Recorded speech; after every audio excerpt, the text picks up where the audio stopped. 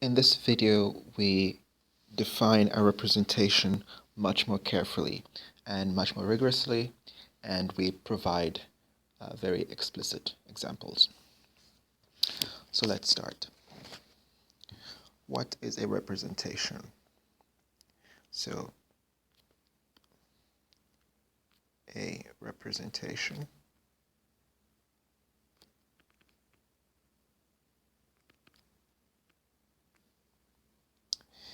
is a group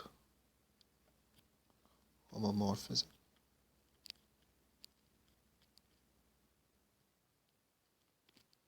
phi from G to GLV. The group of invertible linear operators acting on the vector space V, where V is an n-dimensional vector space over a field K. And we motivated why we would want to consider such a definition in the previous video. So now we can ask a question, namely, why do we need it to be a homomorphism?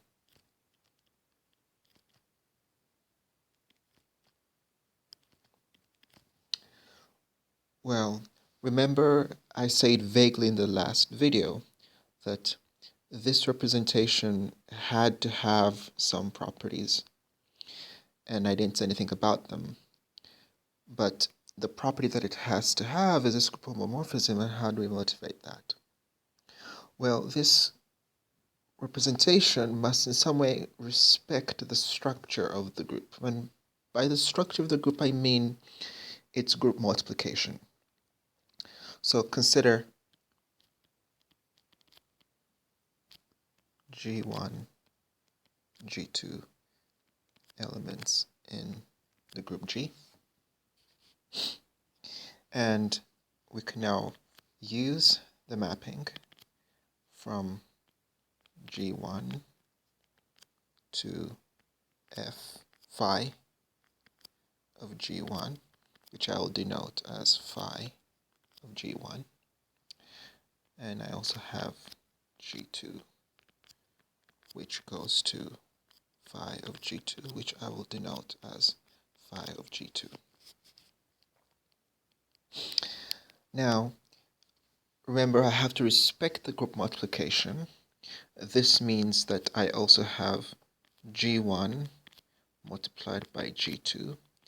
This multiplication is in the group. And by using phi, this has to go to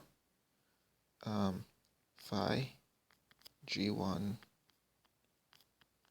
G2. And we must have that group multiplication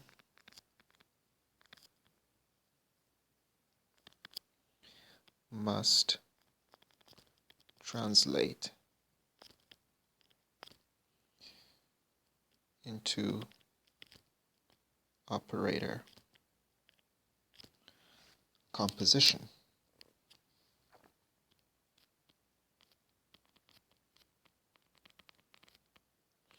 This is what we mean when we say it must respect the structure of the group.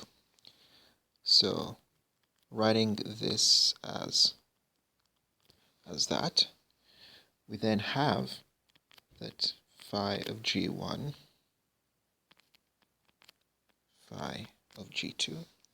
This happens in GLV. This must correspond to phi G1, G2, which is equal to phi of G1, G2.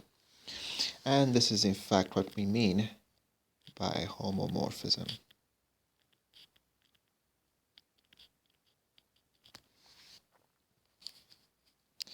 Now, a number of people, mathematicians and physicists, usually call the vector space that the GLV acts on as, they usually call that the representation also. I'll be a bit more picky and call vector space the representation space.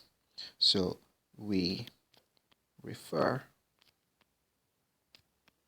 to V as the representation space. There's a reason I'm doing this. The reason I'm doing this is because later on we're going to be talking about modules, and it helps a lot if you can distinguish between the mapping from the group to the group, from the group G to the group of invertible linear operators acting on V, with the vector space that it acts on. Because later on we're going to define this thing called a module, and we'll have an algebra and then the vector space or a module. And if you don't distinguish between the representation space and the representation, then the definition of a module will be very, very confusing, and it will seem unnecessary. So examples of representations.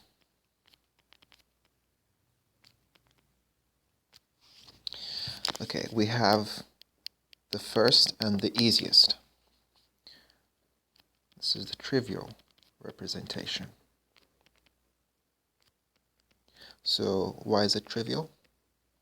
Well, it's trivial because for all G in the group G, this is mapped to the identity operator.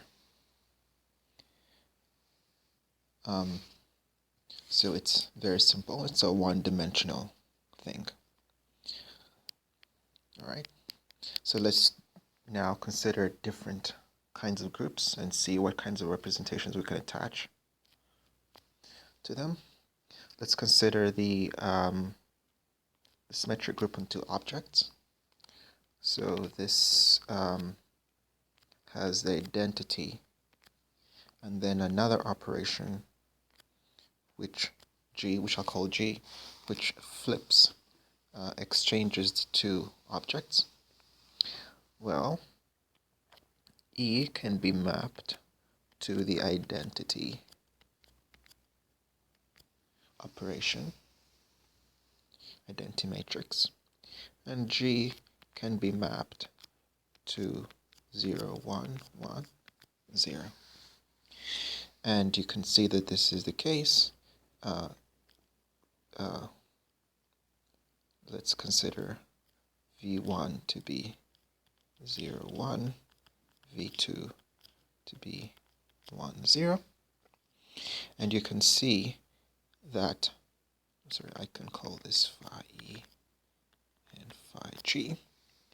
You can see that phi E acting on V1 is V1, phi E acting on V2 is V2, whereas phi G acting on V1 is V2, and phi G acting on V2 is V1.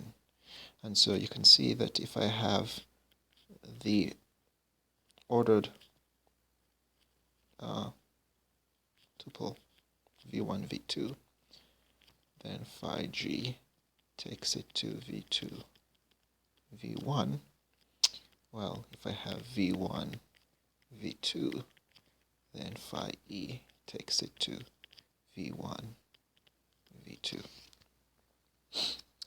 Another example. Let's pick the dihedral group.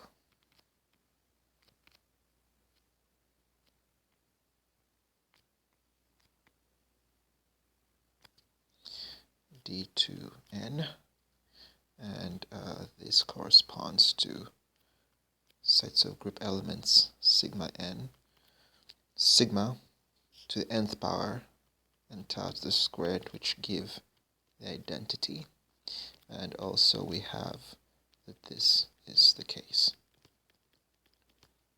Okay, so this sigma, the group generated by sigma, is a cyclic group, a cyclic subgroup of the dihedral group, and it will go to the cosine of 2 pi n minus sine 2 pi n sine 2 pi n cosine 2 pi n, and tau will go to 0 and 1.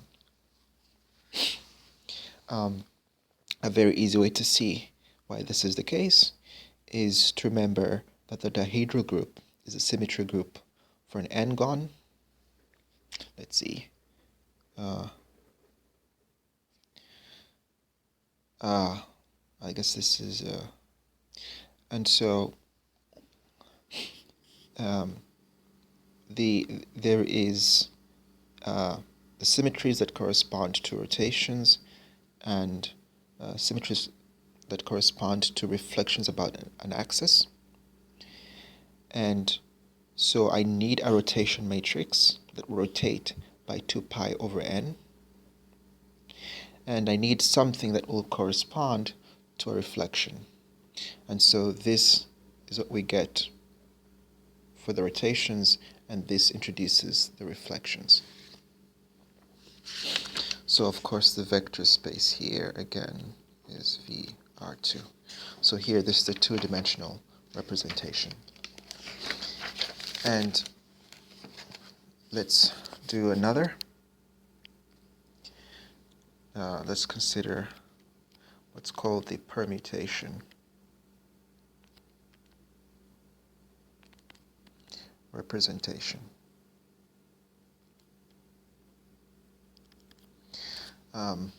This is a very general kind of representation. So what we do, and in some sense every representation looks like this. So X will be a set of x1 of xn, and we use this set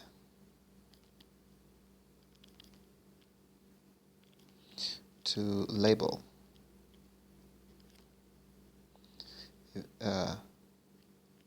basis for vector space.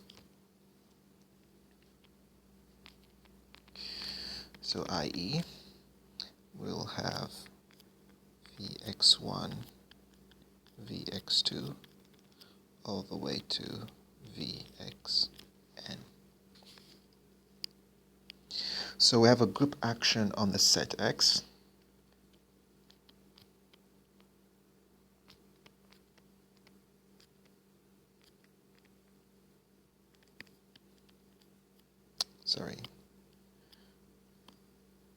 On X, and this translates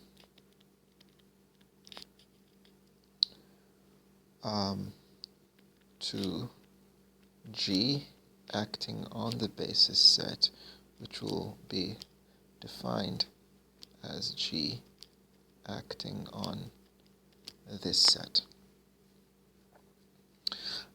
for all X in X. So in other words, G permutes the basis. Now we could do all kinds of specialization for this X. This X was very general, but we can make X more specific. For example, X could be a set of cosets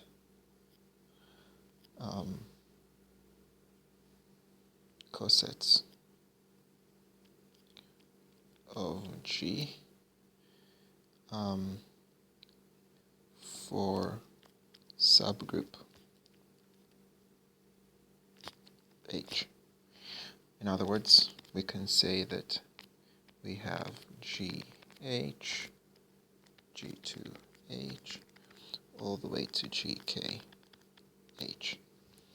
And we have an action of the group on this set, and we can label a basis for a vector space using the coset spaces, and this will be a k-dimensional vector space.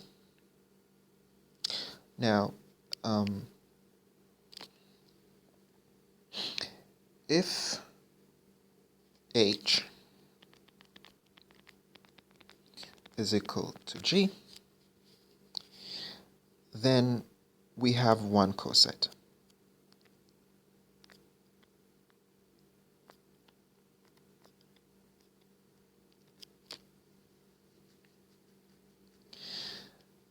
And therefore,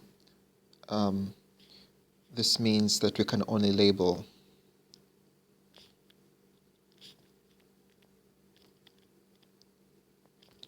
one basis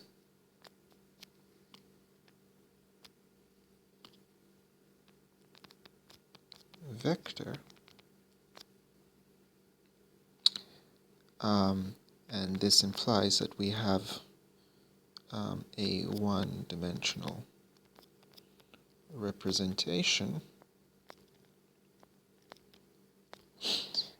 and more to the point, we have that every group, every element in the group is keeping us in that coset, namely the group itself. And therefore, we recover the trivial representation. So this is the trivial representation. Okay. Because, just to repeat myself, we have a group G. It's going to some invertible linear map phi G. This phi G acts on a coset space, of which we have only one. We have only one. And we have only one, and therefore when it acts on the coset space, we get that same coset space. In other words, whatever this map phi G is, it acts by the identity. So this means that phi G acts by identity. And so what we have is that any element G is acting by the identity, and therefore we have the trivial representation. There's an important subcase, another important subcase of the permutation representation. Another important, it's going to be very important for us, subcase. And this, let me label this as A, B, is if when H just consists of the identity, or mean just another name for identity here. If that's the case, then X is just simply the list of the elements in the group, and here we have where the order of the group is n. Okay, now we're at the other extreme case. In case A, we had one coset, and here we have n cosets, in which each coset has one element. And this is a special name. Again, we have, just to reiterate, we can label a basis for V by X. So i.e. VG1, VG2, all the way to VGN. And then we have the action of the group on the basis. And we have action of the group on labels of basis. This is called the left regular representation. So why is it left? It's left because if I have, for example, GK, it's going to act on, let's say, let me call this phi GK acting on VGI. This is going to be phi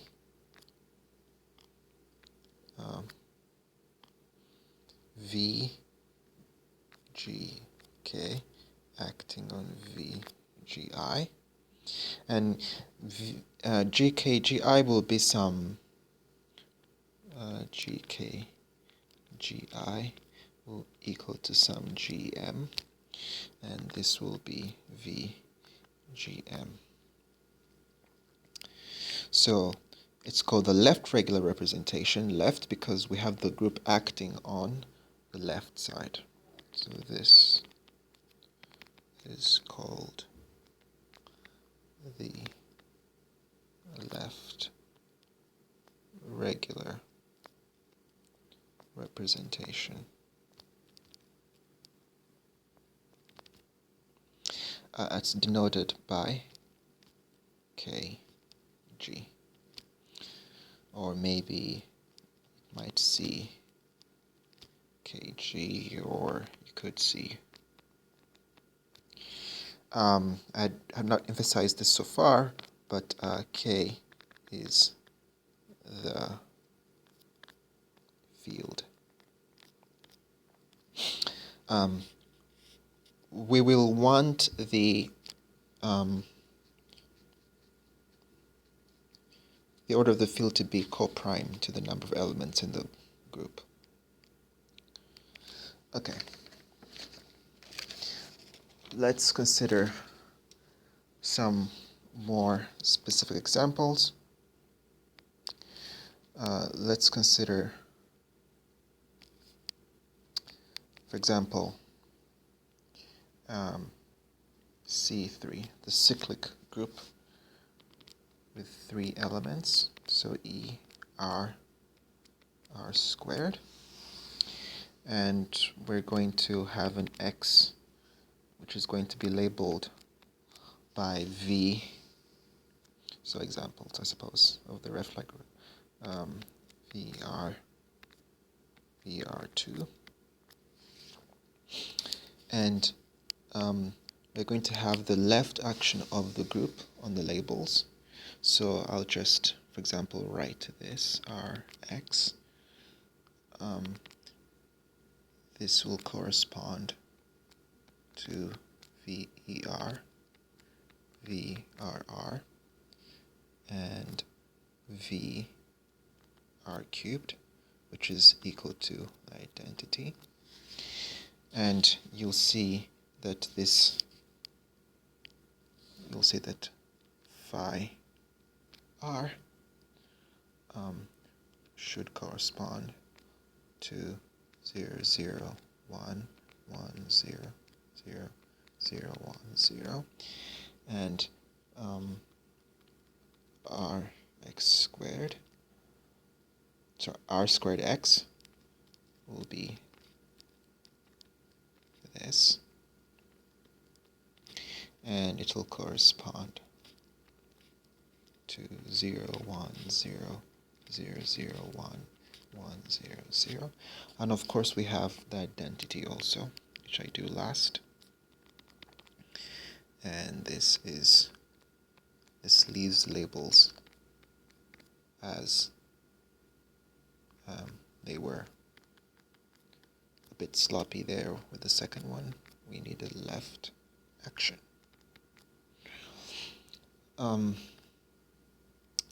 So we have that phi E is, of course, the identity matrix. Now, of course, the group could act from the right also, and the definitions go, the machinery for the definition goes the same way, and there's no reason why the left regular representation should be the same thing as the right regular representation. But I'm going to ignore the right regular representation. The left regular representation is good enough for our purposes. Let's just choose some slightly non-trivial group. It's going to be a billion, but it's not going to, it's going to be non-cyclic. So this is a Klein 4 group.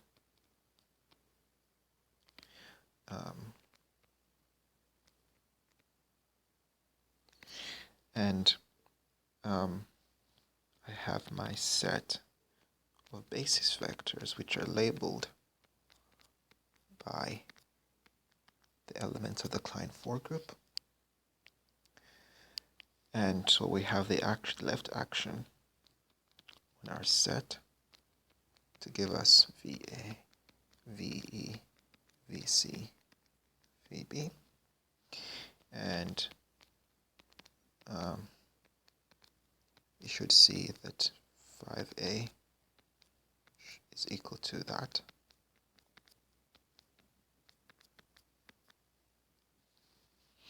Okay, a quick way to see what this matrices must be is that you want to label your rows and columns. So my ordering is that the first column is E, the second column is A, the third column is B, and the fourth column is C. So when A acts on my set, and for example acts on the first basis vector to produce VA from VE, it means that I must, on the first column, which represents VE, I must put my 1 on the second row.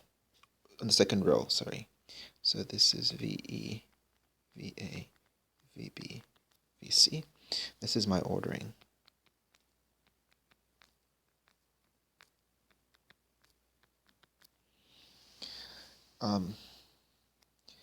I'm going to also write this here. VC, VE, VA. And then you should find out that phi B is 0, 0, 1, 0, 0, 0, 0, 1, 1, 0, 0, 0, 1, 0, 0. And C, X should be VC, VB, VA, VE. And phi C should be 0, 0, 0, 1, 0, 0, 1, 0, 0, 1, 0, 0, 0, 0, 0, 0.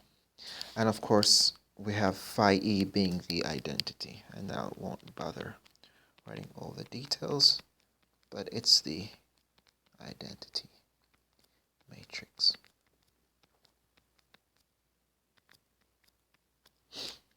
Now, a quick calculation to see that in fact we have produced homomorphism. In order to fully prove that we've produced a homomorphism, you need to do a series of calculations, but I'll just do one of them. So we have that A times B must equal C in the Klein group? Well, we have produced a group homomorphism, so we must have that phi A, phi B is equal to phi C. And this corresponds to this matrix multiplication.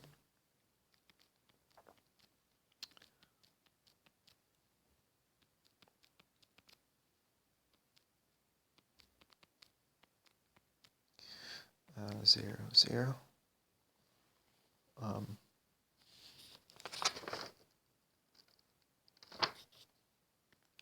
0.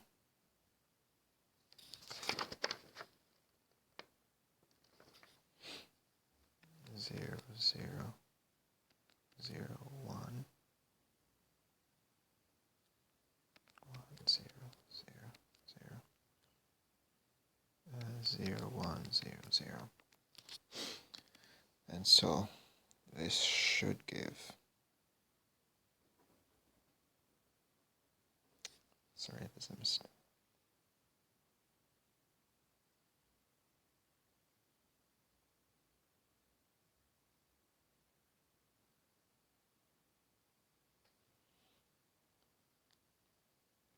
Zero, zero, 0, 1, 0, 0, 1, 0, 0,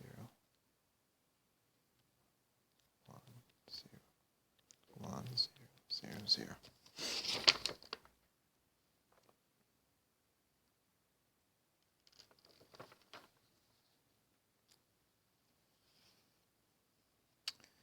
Okay.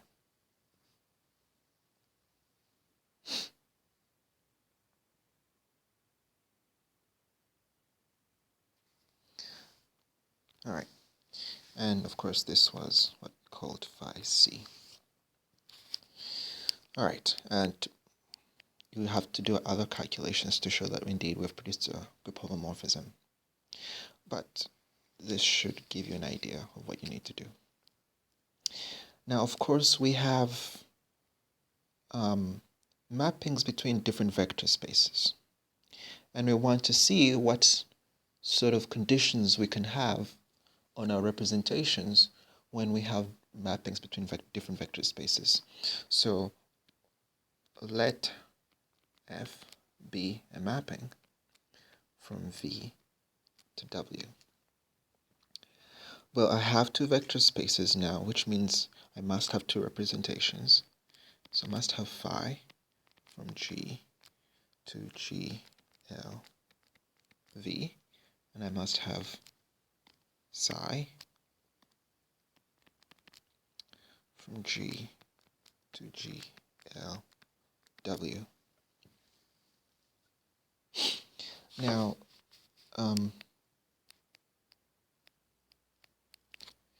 in order for things to be consistent, there is a restriction on what the behavior, the interaction of the behavior between F and phi and psi should be. We want things to be consistent. In other words, what we want is that if I have, let's say, V and W, we must have that when phi of G acts on V, and then we compose it with F,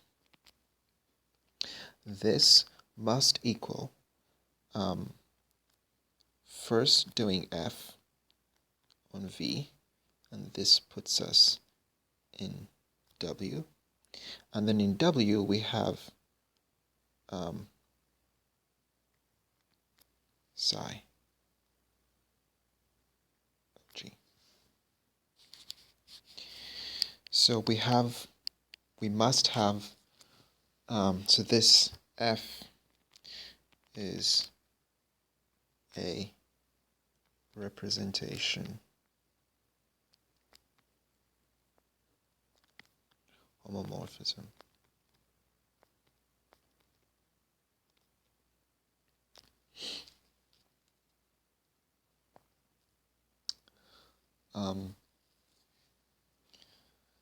So another name that F sometimes goes under is that F is also called an intertwiner.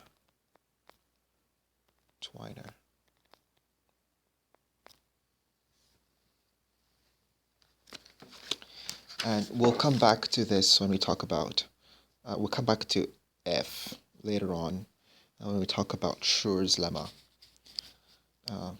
Schur's lemma is a statement about what F must be when we have different representations or the same representation. Now, supposing F is an isomorphism, so suppose F is an isomorphism,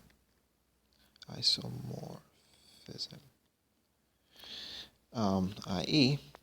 the dimension of V is equal to the dimension of W. This corresponds to just a change of basis. Okay, so this corresponds to a change of basis. Now, it would be really strange if, our definition of representation in some way depended on a basis. Nothing in the definition of a representation, if I should scroll up, you should see what we said about the representation. So, it was a homomorphism from G to GLV, and V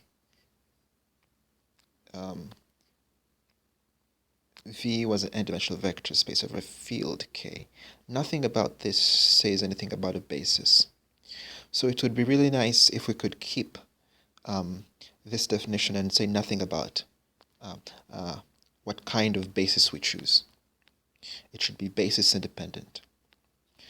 And if I have this intertwiners F, then I have the possibility of changing basis. In fact, if I have F, which is an isomorphism, and I have phi, which is a representation, so let's say I have V, and it has a basis set EI, and then I have F, which makes a mapping to W with basis set, I don't know, BI.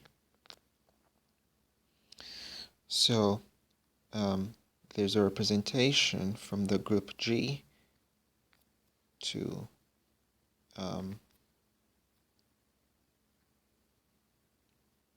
which is an element of GLV. And here I can have G, which is an element of GLW. But this is just a change in basis. So in fact, I can say that phi G should equal to, this should be a different representation.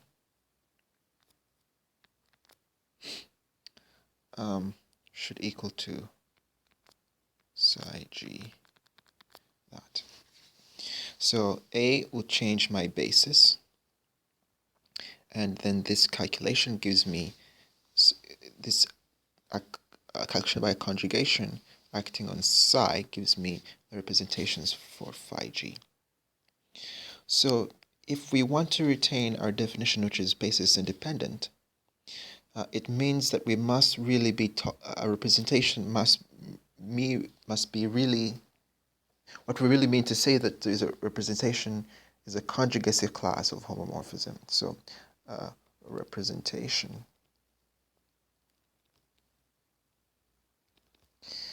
is really a conjugacy class of group homomorphism.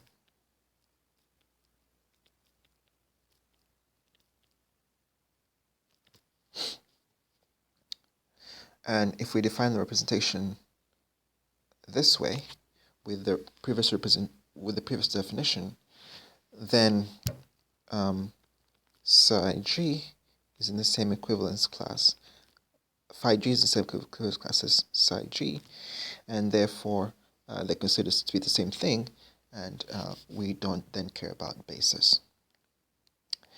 I'm going to end this video by talking about what sub-representation is. So, a sub-representation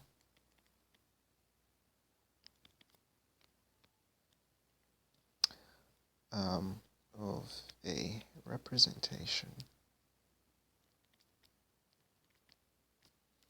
phi to g l v is phi s from g to g l u, with u being a subspace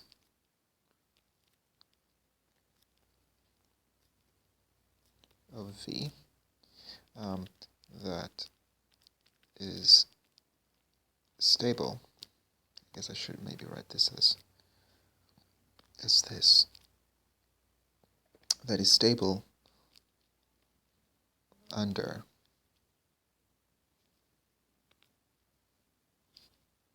the G action.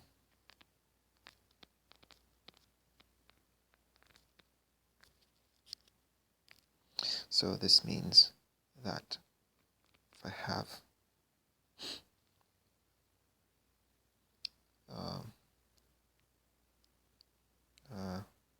phi, well, let me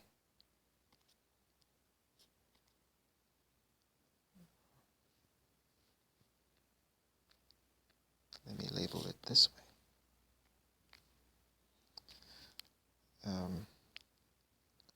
And so this will be phi g to act on u being in the subspace that, and the result is still in u for all g in G. In the next video, we'll introduce a very, very important theorem that corresponds to how we can decompose a representation into two different sub-representations and ultimately show and ultimately give a definition of what an irreducible representation is supposed to be and what a decomposable representation is supposed to be, therefore bringing us one step closer to clarifying what I said earlier in my motivating example from the first video about, in a sense, decomposing the equation of motions into subspaces that did not talk to each other. Thank you.